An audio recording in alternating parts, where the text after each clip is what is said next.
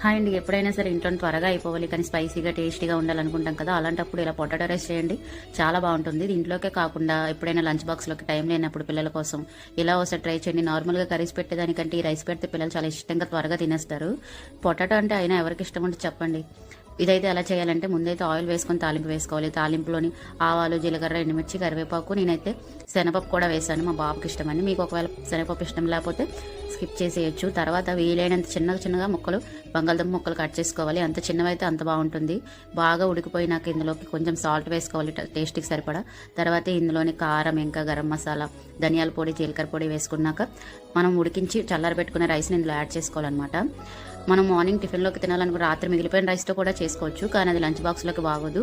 అప్పటికప్పుడు తినేస్తే సరిపోతుంది. నేనైతే అన్నం వీలైనంత చల్లారబెట్టుకొని అన్నం ఇందులో వేసుకొని బాగా మొత్తం కలిపేసుకోవాలి. తర్వాత ఒక 5 నిమిషాలు సిమ్లో పెట్టుకొని రైస్లోకి ఈ కర్రీ అంతా బాగా కలిసేటట్టు ఫ్రై చేసుకోవాలి. లాస్ట్లో